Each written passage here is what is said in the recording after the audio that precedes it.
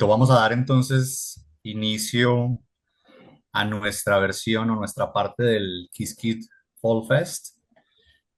Comenzamos esta mañana del día de hoy con dos plenarias y la primera está a cargo del profesor David Bernal Neira. El profesor David es un profesor asistente del área de ingeniería química de Purdue University. Sus áreas de interés son el software en optimización y la teoría, la computación cuántica para resolver problemas de optimización combinatoria y de química, y de también sistemas de procesos químicos.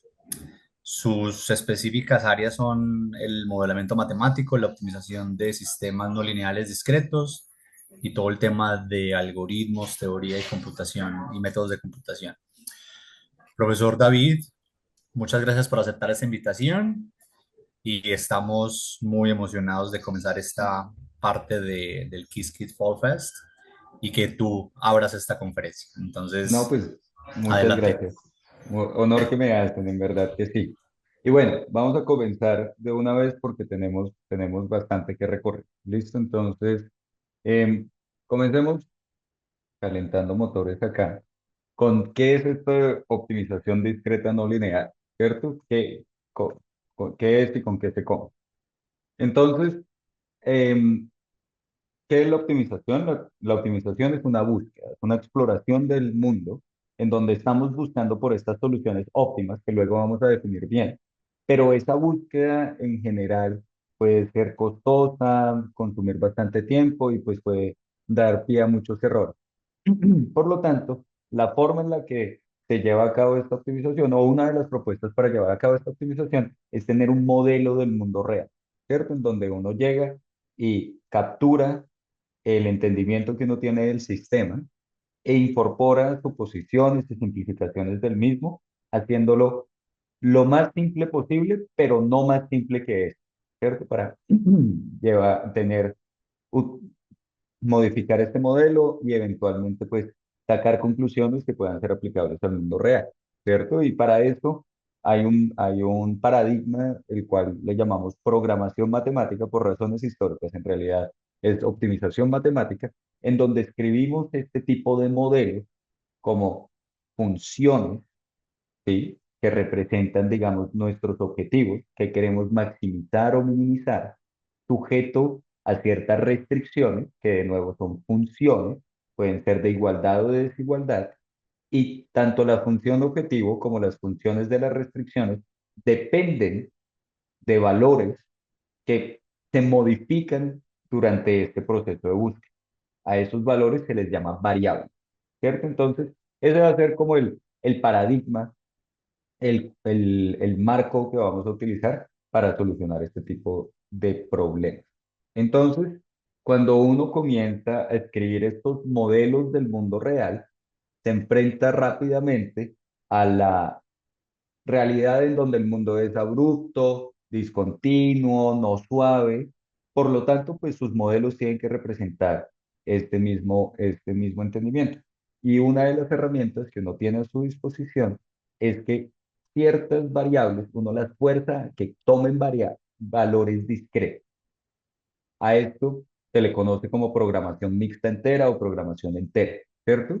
Y créanlo o no, esto ya la convierte en una herramienta universal para modelar estas discontinuidades o no convexidades. Eso es otro nombre que se le da a este tipo de comportamiento. Y pues bueno, la condición de que algunas variables solo puedan tomar valores discretos, pues puede ser porque el problema en sí lo requiere, digamos, que algunas entidades son indivisibles.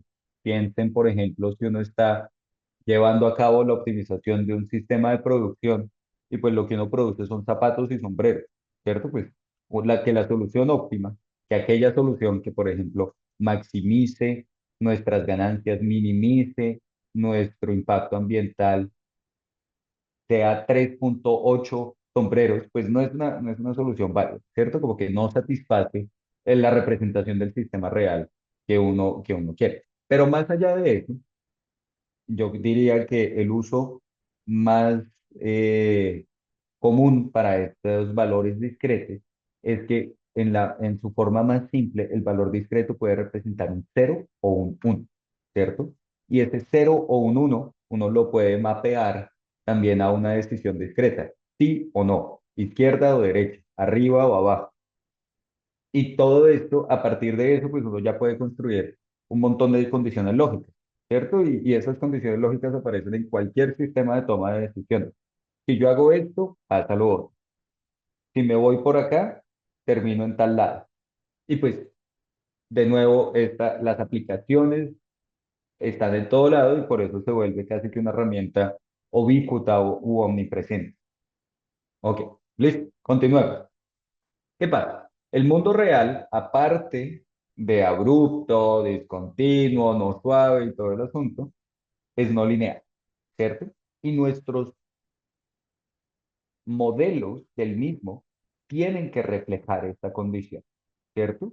¿A qué me refiero con no linealidad? Entonces, aunque con el solo hecho de que ciertas variables sean discretas, uno podría, digamos, aproximar cualquier comportamiento como una serie de valores eh, lineales pero discretos.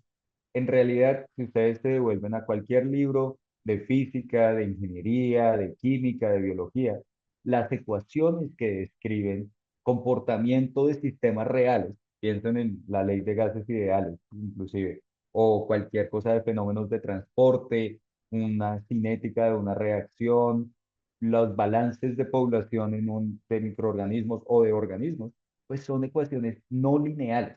¿Y a qué me refiero con no lineales? Pues que esa suposición en donde uno puede escribir las restricciones o el objetivo como una combinación lineal de las variables, es decir, coeficiente veces variable más coeficiente veces variable y así sucesivamente, pues eso en general no, no aplica, ¿cierto?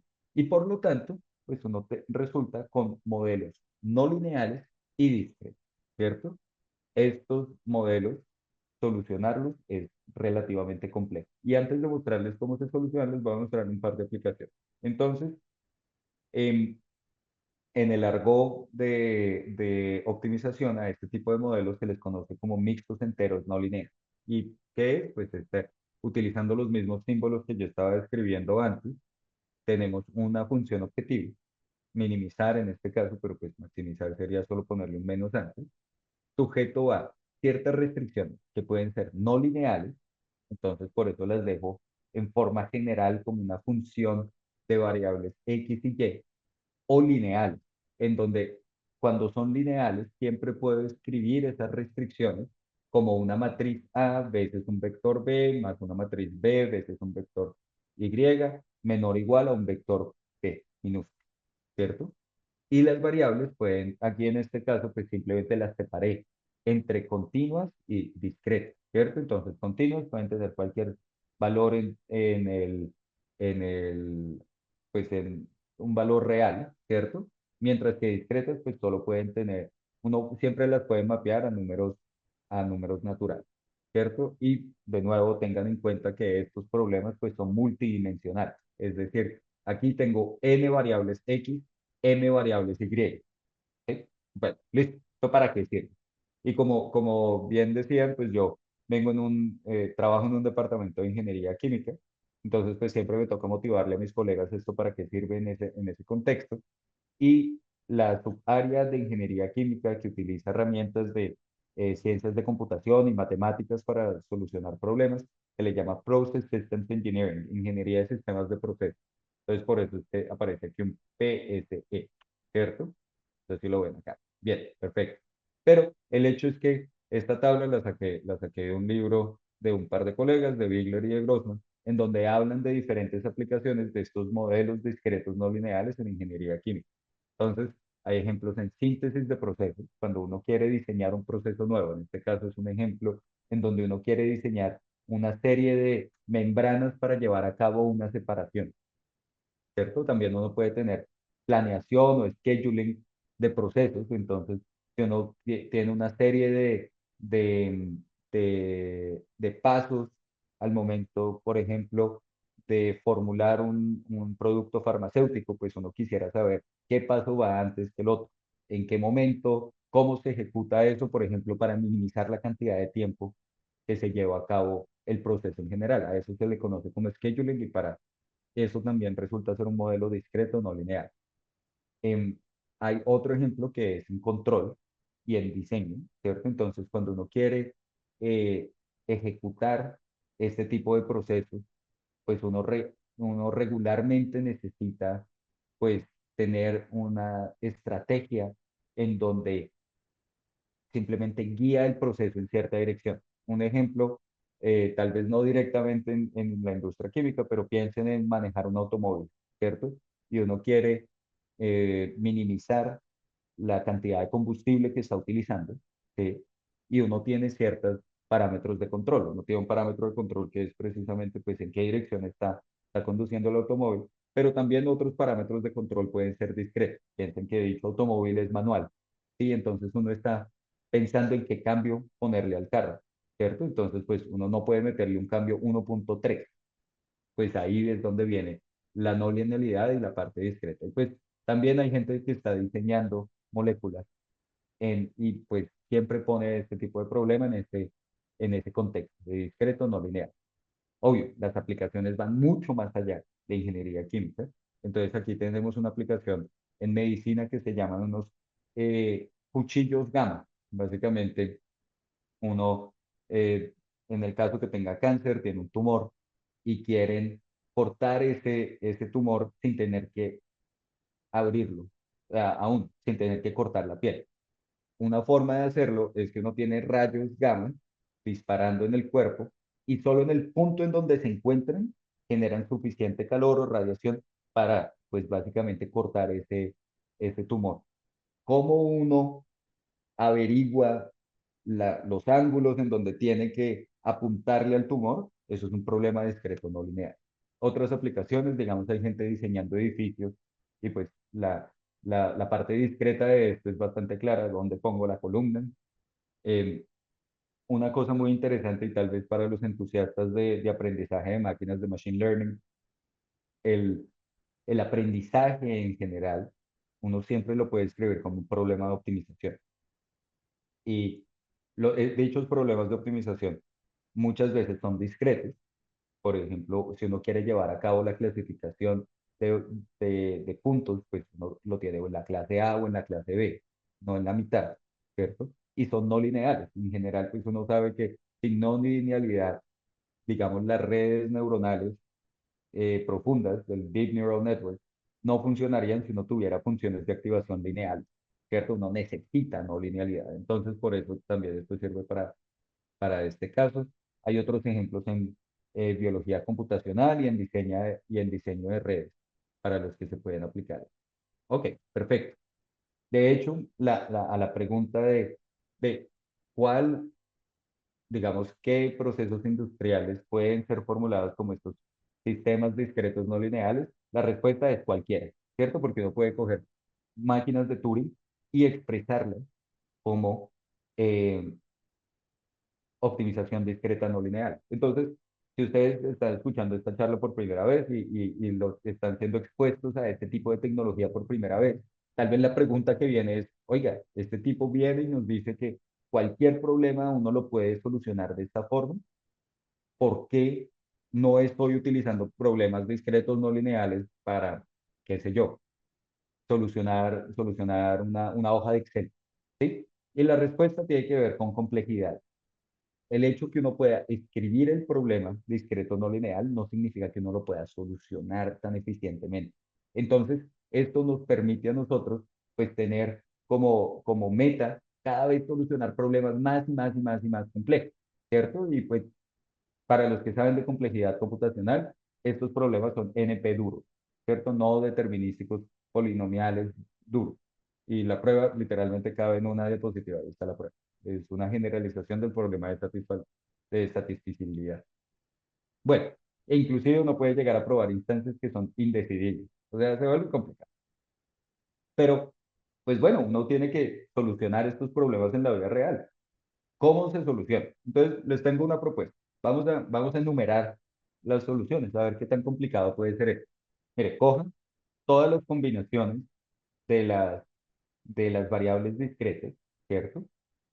Vaya y evalúe las restricciones, si las satisface bien y si no, pues filtra aquellas combinaciones que no satisfagan las restricciones y después pues organice todo en términos de la función objetivo. Eso soluciona su problema, ¿cierto? Aunque uno tiene finita número de combinaciones discretas de estas variables. El asunto es que ese número de combinaciones crece muy, muy rápido. Y muy, muy rápido me refiero a, en el caso más simple donde uno solo tenga variables binarias, es esta línea azul, ¿cierto? En el caso un poco más complicado, digamos que hay ciertos problemas discretos que tienen que ver con ruteos, ¿sí? El famoso Traveling Salesperson Problem, el problema del vendedor viajero, que tiene que visitar cada ciudad solo una vez en la menor cantidad de tiempo. El número de soluciones en ese caso crece como una permutación, que es esta línea amarilla.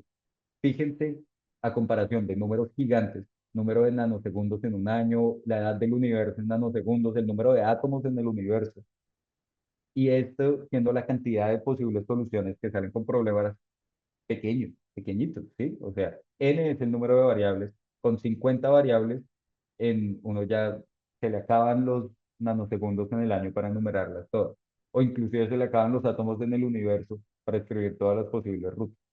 Entonces, pues esto hay que solucionarlo de alguna otra manera.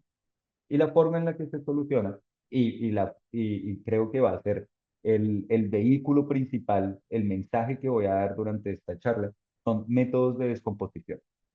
¿Qué es un método de descomposición? Uno toma un problema y lo rompe en pedazos más pequeños, los cuales pueden ser solucionados más eficientemente con herramientas particulares. Y después uno diseña un algoritmo en donde se unen estos, la solución a estos problemas. ¿Sí? Entonces, el reto es más algorítmico, en donde uno toma el problema y lo va a romper en varios pedacitos, en donde existan pues herramientas que puedan solucionar dichos pedacitos más eficientemente. El ejemplo con optimización discreta no lineal es que uno coge un algoritmo clásico, es que uno coge el problema y lo parte en una porción discreta lineal y en una porción continua no lineal y después comienza a solucionar cada uno de ellos por separado. Para cada uno de ellos existen algoritmos eh, poderosos y pues une dicha solución. Listo, muy bien. Entonces, la observación de nuevo es cuáles son esos subproblemas. Usualmente tienen que ser subproblemas que se puedan solucionar más fácilmente, ¿sí? En este caso, los problemas continuos son más fáciles que los problemas discretos. Esto tiene que ver con la no convexidad del espacio de solución, con básicamente la explosión combinatoria del número de soluciones y demás. Pero, sorprendentemente, pues nos hemos vuelto muy, muy buenos al momento de solucionar este tipo de problemas discretos, en especial cuando las restricciones son lineales. Y estamos viendo casos, esto lo saco de otros papers en donde sacan la aceleración de estos códigos solamente en términos algorítmicos, sin considerar siquiera de cuánto han mejorado los computadores en los últimos 33 años. eh, Uno ve en la literatura gente diciendo que en algoritmos solamente para solucionar problemas discretos nos hemos vuelto 3 millones de veces mejor en 30 años. Y si uno a eso le suma cuánto han mejorado los computadores, hay papers por ahí diciendo que vivimos en una, mejor dicho, después de 33 años, hemos acelerado la solución de estos problemas discretos en 200 billones de veces. Es completamente alucinante qué tan buenos somos en solucionar estos problemas. Y si ustedes se preguntan de dónde viene este tipo de mejoras, básicamente viene de matemáticas, ¿cierto? En donde uno entiende las estructuras geométricas, eso se llama eh, teoría poliedral, para eventualmente diseñar formas de atacar más fácilmente estas descomposiciones. ¿Sí? Bueno, entonces Otra de las técnicas que ha servido un montón es esto de la descomposición. Y si ustedes se van al, mejor dicho, ya hay libros escritos, y este ya va a cumplir 20 años, que hablan de este tipo de técnicas, pues uno llega y ve, mire, técnicas analizadas y comienzan a botar nombres. Danzig-Wolf, Bender, Lagrangian, Augmented Lagrangian y otros, ¿cierto? Entonces, si uno, esto pues ya la gente lo ha estado trabajando durante las últimas décadas, si uno quisiera comenzar a diseñar nuevos algoritmos de descomposición, por ejemplo, teniendo en cuenta nuevos tipos de computadores, y ya saben más o menos para dónde va esta charla, pues tiene un montón de trabajo ya hecho allá atrás, y pues quiere generalizar este tipo de algoritmos. Entonces, bueno, ¿qué hemos aprendido hasta el momento? Que los métodos clásicos son extraordinarios. Inclusive aunque la complejidad en el peor caso sea NP dura y pues que eventualmente haya como una barrera exponencial al momento de solucionar estos problemas, de momento estamos solucionando problemas con millones de variables, millones. Entonces, y así es como la forma en la que hemos estado atacando este tipo de problemas ha sido a punta de métodos de descomposición, entendiendo la estructura de los problemas a los cuales nos enfrentamos, utilizando la herramienta correcta para el problema correcto. Y pues uno puede hacer cierto argumento, en inglés se le dice hand wavy argument, en términos de complejidad computacional. Pero bueno, perfecto. Hasta aquí preguntas. Me estoy yendo un poquito clásico al principio, pero pues mejor. Así todos Vamos estamos, bien, vamos bien, ok, David. muy bien. Perfecto. Entonces, bueno, mucho gusto. ¿Quién soy yo? ¿Cierto? Entonces les voy a contar un poquito de cómo llegué hasta acá.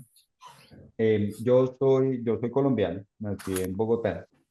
Hice un pregrado en ingeniería química y un pregrado en física en la Universidad de Los Andes.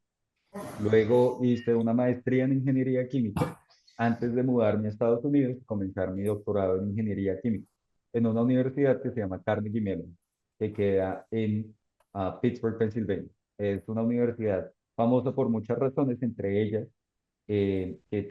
fue una de las cunas de inteligencia artificial. Entonces, básicamente, aunque uno haga un doctorado en ingeniería química, pues resulta aprendiendo bastante en inteligencia artificial. Durante este tiempo, pues hice varias prácticas y varios proyectos con diferente industria, mucha de ella química, pero eventualmente hice el contacto con esta institución, Universities Space Research Association, que básicamente me llevó a trabajar con el grupo de computación cuántica e inteligencia artificial de la NASA. Luego de graduarme del doctorado, de hecho, comencé a trabajar allá y estuve trabajando allá durante 2 años. Y ahora soy profesor en la Universidad de Purdue. Literalmente hasta hace menos de un mes todavía tenía una afiliación con NASA, en donde seguía haciendo 20% de mi tiempo, seguía trabajando con ellos, pero ahora estoy 100% dedicado a Purdue como universidad. ¿Listo? Entonces, actualmente tengo un grupo de investigación al cual le puse Sequoia. Para los que no saben, la secuoya es un árbol, ¿sí? Que crece en la costa oeste de los Estados Unidos, es el árbol más grande del mundo, muy cerca de donde quedaba la base de NASA donde yo trabajaba. Esta es una fotico mía en la mitad de una secuoya, entonces son unos árboles completamente impresionantes, ¿sí? Pero pues también le hemos encontrado un sinónimo, mejor dicho, una definición a este acrónimo que termina siendo ingeniería de sistemas a través de optimización clásica y cuántica para aplicaciones industriales. ¿Sí? En este momento, todos estos punticos alrededor del mundo tienen que ver con mis estudiantes tanto de pregrado, maestría, doctorado, visitantes, postdocs, y pues ya vamos llenando poco a poco el mapa mundi con todos nuestros colaboradores. Actualmente tenemos 2 postdocs, 3 estudiantes de doctorado y un visitante internacional. Entonces, ¿qué hemos hecho? ¿Qué he hecho yo y qué ha hecho mi grupo de investigación? Nosotros hemos contribuido un par de cosas en esta optimización clásica. ¿Sí? Nos dimos cuenta, una de las observaciones que creo que ya mencioné es que sí, uno puede modelar cualquier problema, pero puede solucionarlo. Y la respuesta corta es, hay una diferencia abismal entre lo que uno pueda modelar y lo que uno puede solucionar. Lo cual, pues, por un lado es un poco negativo, eso significa que desafortunadamente todos estos problemas no están resueltos. Por el otro lado, pues es algo positivo en el sentido que todavía nos da mucho espacio para poder trabajar y poder eh, sacar nuevos algoritmos. Hemos hecho algunas mejoras sobre los algoritmos clásicos, entonces utilizando herramientas de matemática y de geometría para eso. Y una cosa que a mí me impulsa bastante es que me gusta poner todos estos métodos en software libre para que la gente pueda utilizar este tipo de métodos en el futuro. ¿Sí? Entonces aquí son tres ejemplos, pero de hecho luego voy a hablar más de eso. Aplicaciones que hemos intentado solucionar.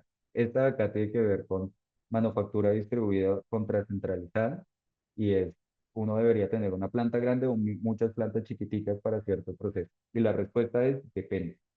¿Y uno cómo soluciona este problema? Con un problema discreto, no lineal, complejo. En este caso queríamos ver si valía la pena poner una gran biorefinería con muchas mini biorefinerías para transformar caña de azúcar en biodiesel. El caso de estudio era con unos datos de Brasil, ¿cierto? Tenemos, este es un tema muy ingeniero químico, pero se llama destilación catalítica o destilación reactiva y pues en esto llevamos trabajando bastante cómo construir, cómo controlar, cómo optimizar este tipo de sistemas. Por interacciones pasadas, pues estaba trabajando mucho en planeación en refinerías. ¿Sí? Entonces, ¿cómo llevamos a cabo la mejor operación dentro de estas refinerías y cómo, digamos, se lleva a cabo optimización y mantenimiento en planta? De nuevo, estos son cuatro ejemplos de cómo se utiliza este tipo de tecnología en industria. Entonces, bueno, a lo que venimos, métodos cuánticos, ¿cierto? ¿Cómo vamos a utilizar computación cuántica para optimización discreta? Perdón, no había caído en cuenta que hay un chat y Jorge Enciso pregunta, ¿cómo se involucra la parte estocástica a estos modelos lineales y no lineales? Esa es una gran pregunta.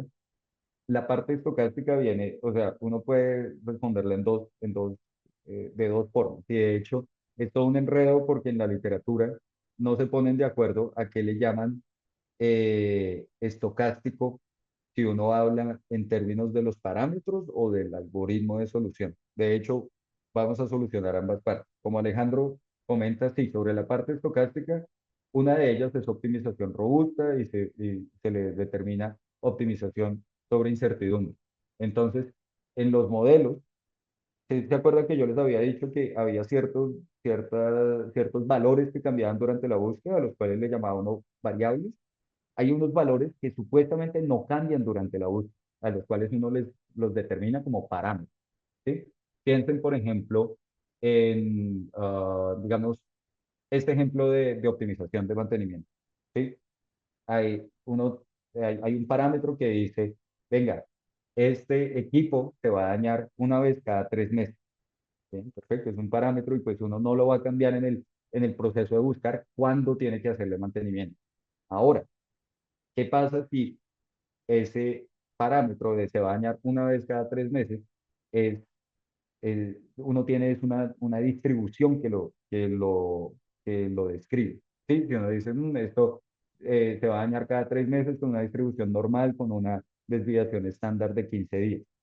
En ese caso, uno tiene que adaptar sus modelos para que consideren este tipo de incertidumbre.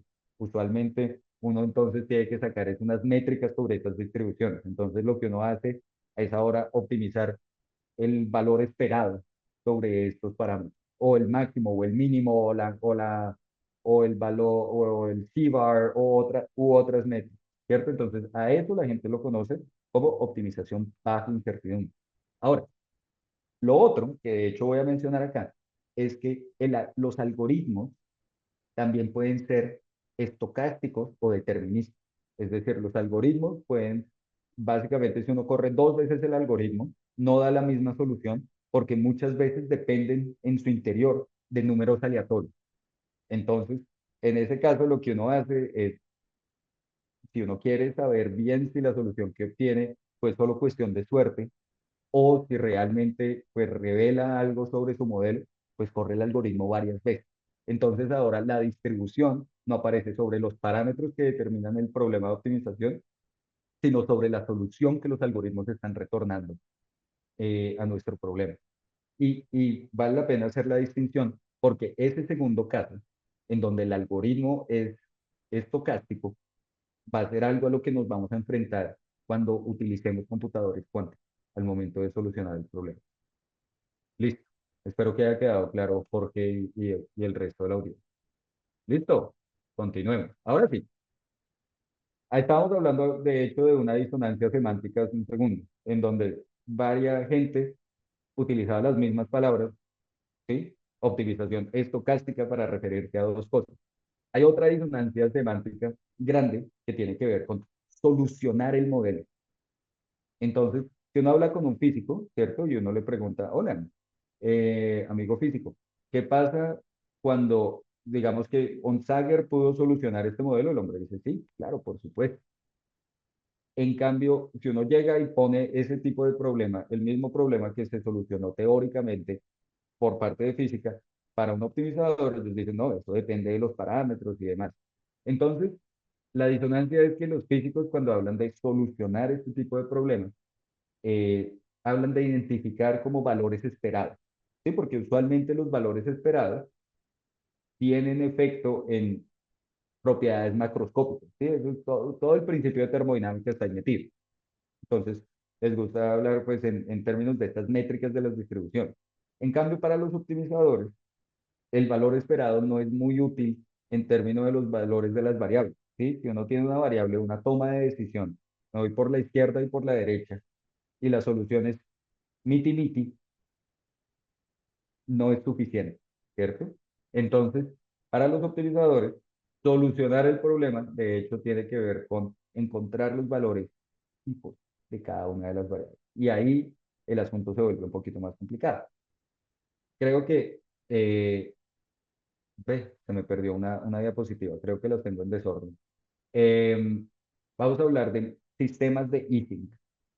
Y en estos sistemas de easing son simplemente sistemas que vienen de mm, mecánica estadística, en donde uno tiene un conjunto de elementos indivisibles, usualmente con ellos asignados una magnetización arriba o abajo, ¿cierto? En donde uno les busca minimizar la energía del sistema, considerando que pueden interactuar con sus vecinos, ¿sí? Que uno tiene estos mini imanes, por decirlo así, y ambos están apuntando en la misma dirección, pues norte con norte hay repulsión, ¿cierto? Norte con sur hay atracción. Y pues esto puede suceder entre dos vecinos o entre todos los vecinos en una red. Ese modelo se le conoce como el modelo de Ising, es súper útil para describir sistemas físicos como imanes, agua y demás. Y es el que vamos a utilizar nosotros para representar nuestros problemas de optimización, tanto prácticos como va a ser el vehículo que nos va a permitir alimentarle esos problemas de optimización a un computador cuántico. Entonces, continuemos. ¿Cómo se solucionan estos modelos? Y luego los vamos a definir bien con un solucionador de ISIC, ¿cierto? Y aquí es donde se ponen las cosas un poco más interesantes, porque hasta, hasta este momento, todo lo que yo les estaba comentando asumía que uno tenía el mismo tipo de computador para todos los algoritmos, ¿cierto?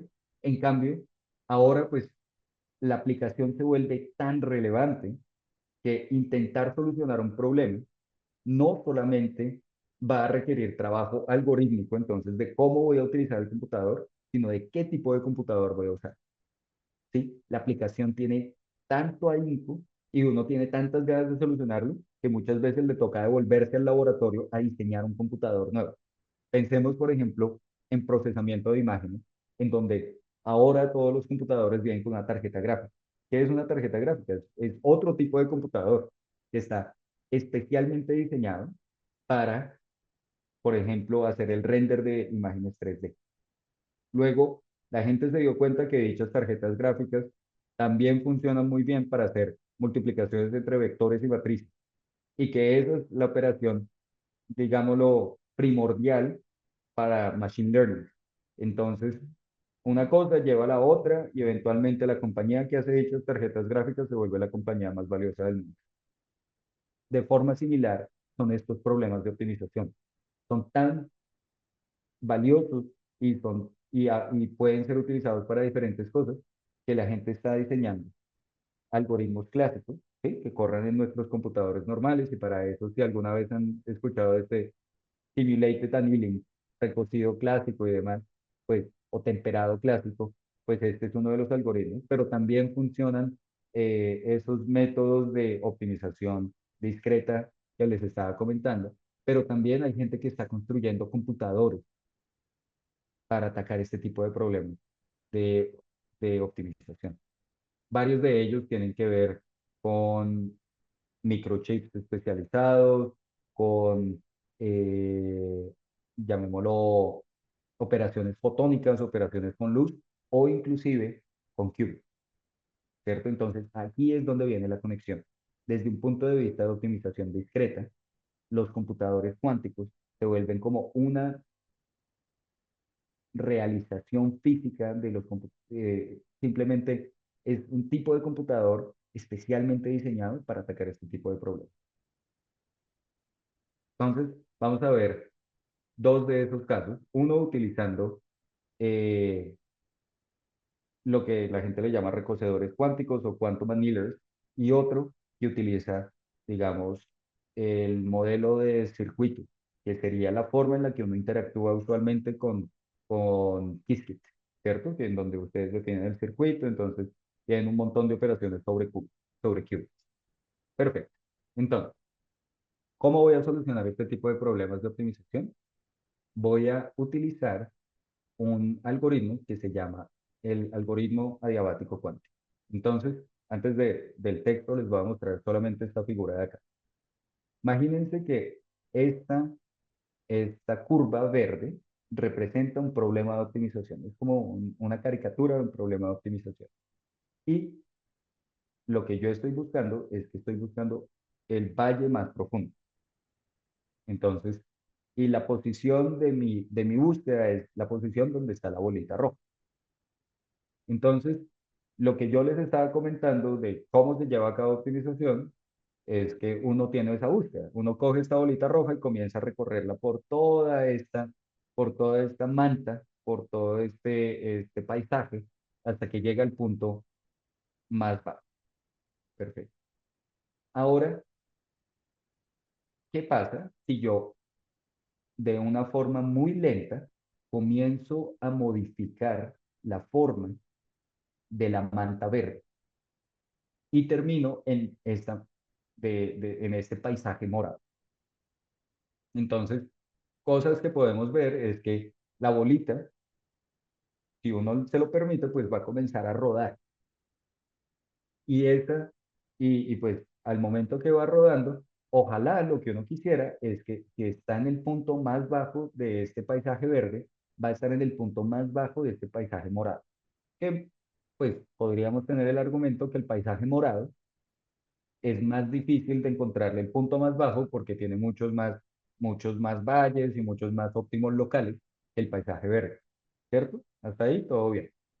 Bueno, ¿qué pasa si les digo que si la evolución, es decir, la forma en la que transformo la forma verde en la forma morada, se hace de una manera adiabática, ¿sí? Que tiene que ver básicamente sin intercambiar información o calor con el ambiente, y que si permite interacciones cuánticas en este sistema, es decir, que si la función de energía que describe este sistema se puede escribir como un sistema cuántico, la, uno tiene un 100% de probabilidad de terminar, si comienza en el punto óptimo del verde, 100% de probabilidad de terminar en el punto morado.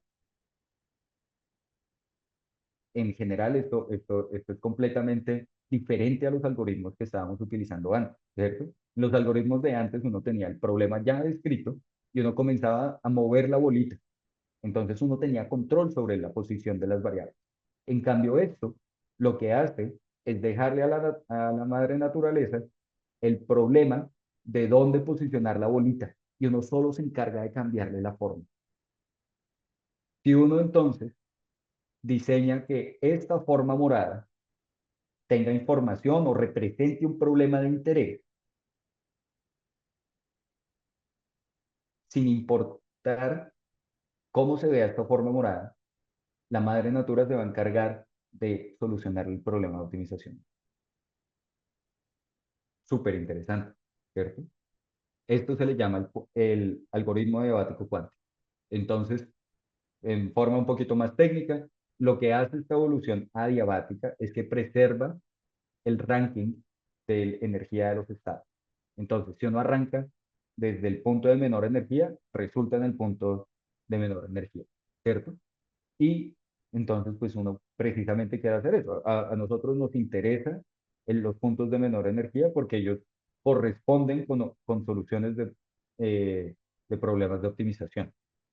Y lo que uno quiere hacer entonces es, mire, ¿por qué no arrancamos desde un punto que sea fácil de solucionar, que tenga una solución trivial y después suavemente se mueven hacia un sistema que represente nuestro problema? ¿Cómo se garantiza que esta evolución adiabática los mínimos no cambien? No, de hecho, sí cambian. Sí, de hecho, sí, sí cambian. Sí, o sea, valiente gracia sería que uno tuviera el sistema inicial y el sistema final que tuviese exactamente el mismo mínimo. Para ese punto, pues, hermano, ya lo solucionó el problema, ya acaba y vamos. Sí cambian los mínimos y pueden cambiar el número de mínimos y todo el asunto. El asunto, el meollo es que uno está yendo, mejor dicho, la bolita está simplemente cayendo y pues también puede hacer tunelamiento y demás otros procesos físicos, pero el hecho es que del mínimo de acá resulta en el mínimo de acá, ¿ok? Y sin más, eso es lo que hace un recocedor cuántico. Ahora, una evolución adiabática es digámoslo, como una idealización del sistema, ¿sí? Esto requeriría que uno ejecutara, por ejemplo, la evolución a 0 Kelvin y que no tuviera ningún tipo de interacción con el universo y demás. Pues miren, un recocedor cuántico, y este de aquí era el que teníamos en NASA, no está a 0 Kelvin, pero sí está a 25 milikelvin. Y esta evolución adiabática también tiene que ser suficientemente lenta y suficientemente suave. Entonces, pues, ¿uno qué hace? Pues tiene ciertas limitaciones físicas, entonces describe algo suficientemente suave, suficientemente lento, y así es como se soluciona este tipo de problemas. Y la forma en la que se modelan este tipo, las interacciones binarias y todo el asunto tiene que ver con unos superconductores que están dentro de estos sistemas, y que tiene que ver como con flujos eléctricos induciendo campos magnéticos. Perfecto. Entonces, piénselo como una computación análoga, en donde simplemente yo estoy moviendo suavemente un par de botones que están aumentando o disminuyendo, mejor dicho, llevándome de acá hasta acá, y eh, que es una implementación física. Que uno no puede llegar hasta el límite adiabático, pero puede intentarlo bastante. Y pues a partir de esto, de hecho, han habido un montón de otras propuestas que no requieren, digamos, lo cuántico o intentan no requerir de lo cuántico, entonces simulan ese tipo de procesos o hacen aproximaciones o demás. Y pues entonces ahora uno tiene recocedores digitales, ¿cierto? O elementos que utilizan en vez de superconductores, fotones, ¿cierto? Entonces uno tiene estas máquinas que se llaman máquinas coherentes de Ising y todo el asunto. Ok, continuemos. ¿Qué pasa si yo realmente quiero utilizar, por ejemplo, Qiskit? Sí, yo quiero utilizar Qiskit para solucionar estos problemas. ¿Cómo le hago? Bueno, existen algoritmos que también pueden solucionar el mismo tipo de problema. Y obviamente luego pueden irse a la documentación de QAOA, que es este Quantum Approximate Optimization Ansatz, o también antes le llamaban el Quantum Approximate Optimization Algorithm. De hecho, este es Quantum Alternating Optimization Ansatz, perdón. Pero para darles intuición, ustedes pueden ir a leer la documentación en cualquier momento, pero para darles intuición, ese camino suave de modificar un estado entre el otro, pues puede ser imaginado como este camino adiabático, ¿sí? Un camino suave. Pero en nuestro caso lo que tenemos son unas máquinas capaces de implementar pasos discretos, ¿cierto? Cada gate, cada compuerta, pues eso es un paso discreto en el estado cuántico, ¿cierto? Pues mal que bien, y de hecho la prueba es relativamente fácil, QAOA lo que hace es intentar aproximar este camino cuántico con pasos discretos. Entonces, pues obviamente eh, esto va a depender de cuántas aproximaciones voy a tomar, ¿sí? Si solo puedo hacer 5 pasos o 7 pasos o 1000 pasos, pues la aproximación va a cambiar con respecto al otro. Obviamente también se pueden imaginar que el número de compuertas va a cambiar, pero el hecho es que así es como se lleva a cabo. Uno puede explicar QAOA de esta forma. Relativamente sencillo. Arranquen desde acá, desde esta evolución adiabática, y ahora discreticen la búsqueda. Entonces ahí uno comienza a pensar, si el que sabe QAOA sabe a lo que me refiero con ángulos. Los ángulos en medio de todo es simplemente la longitud de estas discretizaciones. Y uno está haciendo una alternancia entre pegarse al camino adiabático, que sería implementar el hamiltoniano del problema de optimización, y avanzar casi que perpendicularmente la mezcla, lo cual le llaman el hamiltoniano de mezcla o el hamiltoniano base original. ¿Listo? El hecho, para ir más allá, ¿qué va a pasar cuando tengamos nuestros computadores tolerantes al error? Si es que los llegamos a tener. Para eso ya tenemos preparados una serie de algoritmos preparadísimos para solucionar ese problema de ellos. O sea, estamos listos a la expectativa, si es que llegamos a tener estos computadores. Bueno, listo. La pregunta es, ¿qué tan buenos son estos algoritmos?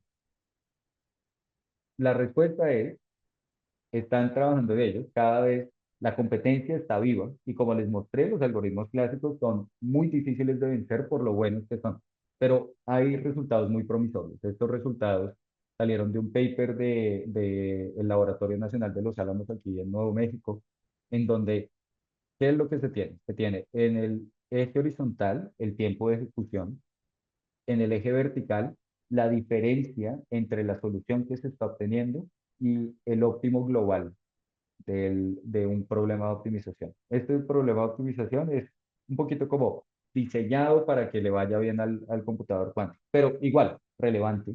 ¿Por qué? Porque la línea negra corresponde a el computador cuántico utilizado solamente la parte cuántica. Y se darán cuenta que la línea negra está más hacia la esquina inferior izquierda que las otras líneas, que son todas estas alternativas no cuánticas. Es decir, soluciona en menos tiempo a una diferencia relativa menor que los demás. Solamente tengan en cuenta que los ejes X y Y son en escala logarítmica. Entonces estamos hablando en órdenes de aceleración, órdenes de magnitud en aceleración, ¿cierto? Esos solvers que tanto les comenté, que 200 billones de veces y todo el asunto, la línea azul y la línea roja. Ah, no, pues no, miento, es solo la línea azul, ¿sí? Entonces, promisorio. Ahora, ustedes se quejarán y dirán, porque lo mismo pasa con los computadores cuánticos de Qiskit. ¿Qué pasa si, imagínense, no tengo el computador cuántico aquí en la casa, ¿cierto? Tocan llegar, empaquetar el problema, mandarlo por internet, que lo solucionen allá y que me devuelvan la solución. Esos son los circulitos blancos acá. Es decir, considerando comunicación, igual es más rápido que los métodos clásicos. Chévere, ¿cierto? Claro, aquí alguien se quejará y dirá, no, pero espérese un segundo, estos son métodos heurísticos, no dan garantías de optimización, es la solución que sale y uno no sabe qué tan buena es. De acuerdo, o sea, es una discusión que podemos tenerlo. El algoritmo de QAOA, el que pueden implementar en las máquinas de Qiskit, es interesante desde un punto de vista teórico también, porque uno Esta es una historia que de hecho se vive repitiendo todo el tiempo, en donde al momento de proponer este algoritmo, hicieron la prueba matemática y descubrieron que las garantías de la solución que iban a obtener eran mejores que cualquier otra garantía que se podían obtener con solucionadores clásicos. Entonces, de un momento para otro, uy, tenemos ventaja cuántica teórica para problemas de optimización.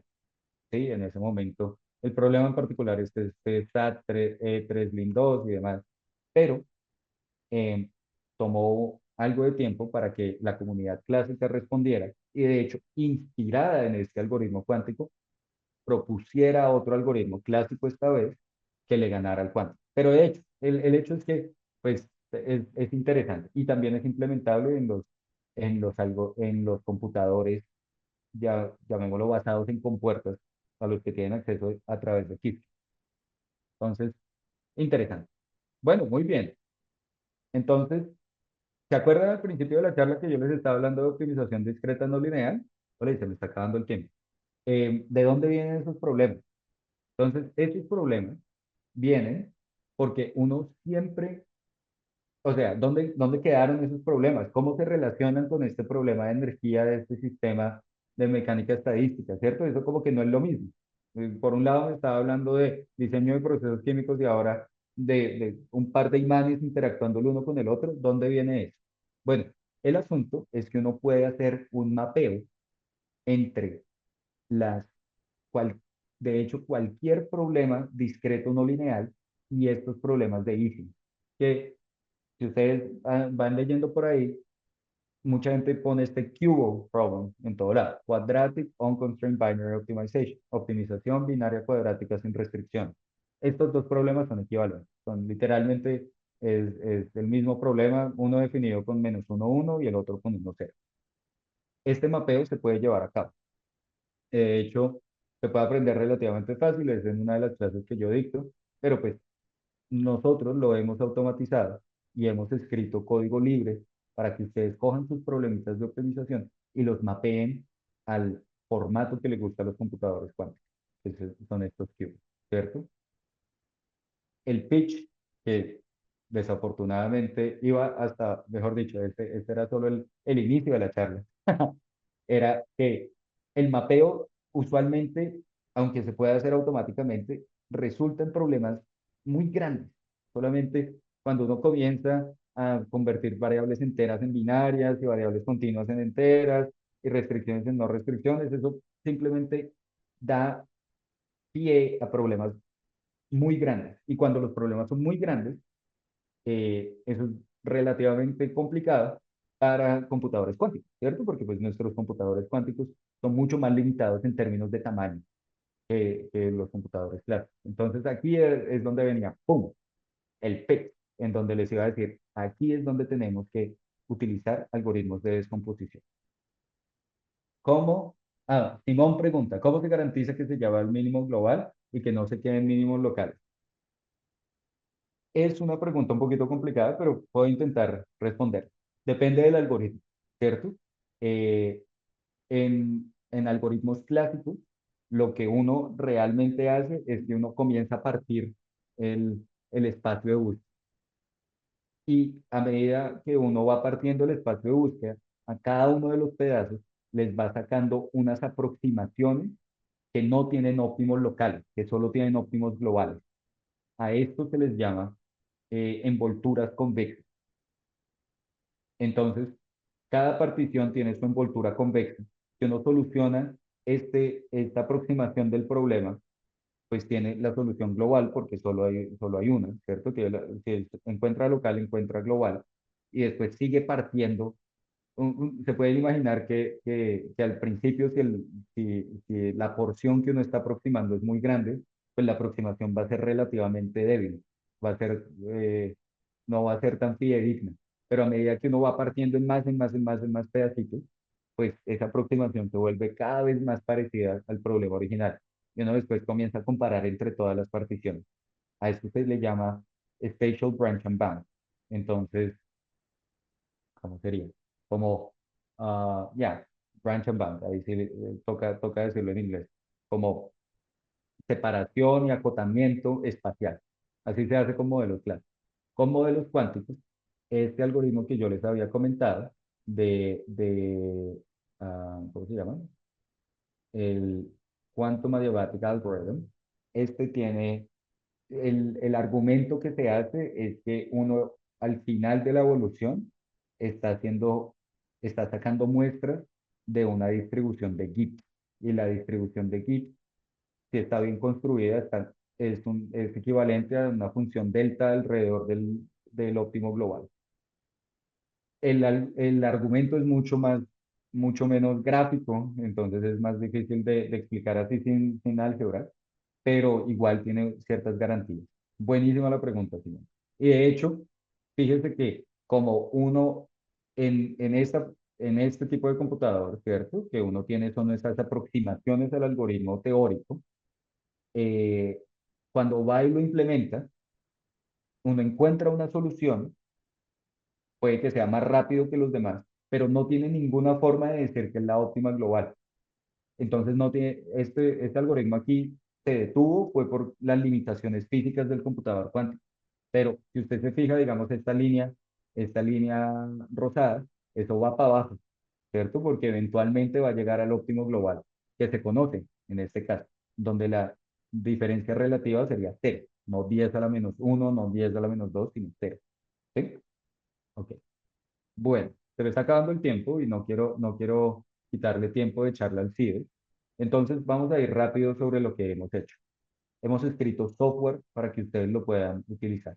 Esto fue cuando yo estaba en NASA y en colaboración con gente de Brasil, en particular, pues de la Universidad Federal de Río de Janeiro, ¿cierto? Esto está completamente libre, pueden acceder a él, palabras más, palabras menos, conectamos con Qiskit. Entonces, si ustedes ya quieren utilizar su problema de optimización, pero con Qiskit y con QAOA y todos los métodos, conectamos con ellos, pero también con el recocedor cuántico, también con los métodos clásicos. Y esto se ve más o menos así. Ustedes escriben el modelo de optimización y simplemente llaman el optimizador, y este optimizador es QAOA o BQE, que es otro algoritmo cuántico de Qiskit, directamente sin más. Mejor dicho, toda la magia pasa por debajo. Ustedes simplemente después de esta línea ya le tienen soluciones a sus variables. Ya saben que x1 es igual a 0, x2 es igual a 1, x3 es igual a 3 y así sucesivamente. ¿Listo? Muy bien. Ah, y pues es la mejor herramienta que hay actualmente allá. Lo comparamos con todos los demás software, incluido el que da Qiskit, que pues somos órdenes de magnitud más rápido. Entonces eso está bueno. Aquí venía otro cuento en donde les iba a contar todo el trabajo que estábamos haciendo con la ExxonMobil, en donde estábamos intentando sacar modelos de logística para distribución de gas natural y solucionar sus problemas en computadores cuánticos. Hacer compilación, evaluar qué tan buenos son los computadores cuánticos, inclusive algoritmos distribuidos. Esta slide, y ya último segundo, hablaba de lo que yo le llamaba investigación a futuro, que es queremos combinar nuevas formas de escribir nuestros modelos de optimización con métodos de computación no convencionales y con algoritmos novedosos que le saquen provecho para así atacar la creciente complejidad de problemas a los que nos estamos enfrentando. Aquí venía mucha más teoría en descomposición, gráficas hermosas, qué es lo que uno hacía, si uno lo representaba como grafos. Este es un paper reciente que sacamos con la gente de Rigetti, en donde estamos ya ganándole a los métodos clásicos por órdenes de magnitud, ¿cierto? Luego les iba a comentar qué es lo que están haciendo las diferentes compañías, D-Wave y un montón de otras startups que están intentando sacarle provecho a estas ideas, un par de patentes que existían, que existen de hecho, una de la IBM, otra de un grupo de Cornell, para intentar solucionar estos modelos con descomposición. Les iba a mostrar cómo colaboramos con la IBM para solucionar nuestro problema de ruteo, en donde aquí se describe el algoritmo y eventualmente podemos sacar instancias pequeñas de ruteo, inclusive con coeficientes continuos, más explicaciones sobre el algoritmo, cómo gente está implementando estas descomposiciones y eventualmente integrando computadores clásicos con computadores cuánticos, donde el computador cuántico se utiliza para lo que es bueno, que es solucionar problemas discretos.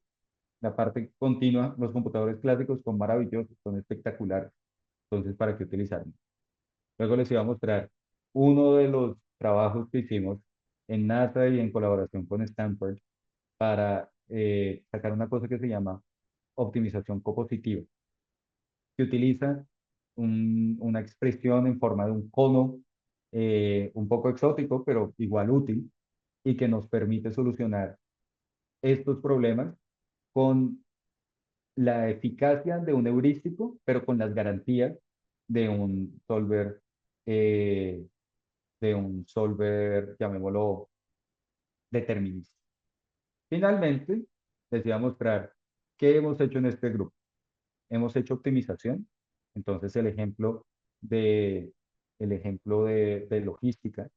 Estamos evaluando también qué pasa si uno no quiere esperarse los computadores cuánticos. Y aquí tenemos un survey que sacamos recientemente de cómo se utilizan estructuras modernas o arquitecturas modernas de computación para solucionar problemas de optimización. Entonces hablamos de GPUs, TPUs, computadores neuromórficos y demás. Les voy a mostrar cómo utilizamos estos conceptos en optimización para solucionar problemas en química. Entonces, ya como estamos utilizando herramientas de optimización subrogada para encontrar estados basales de agua, nitrógeno, cadenas de hidrógeno.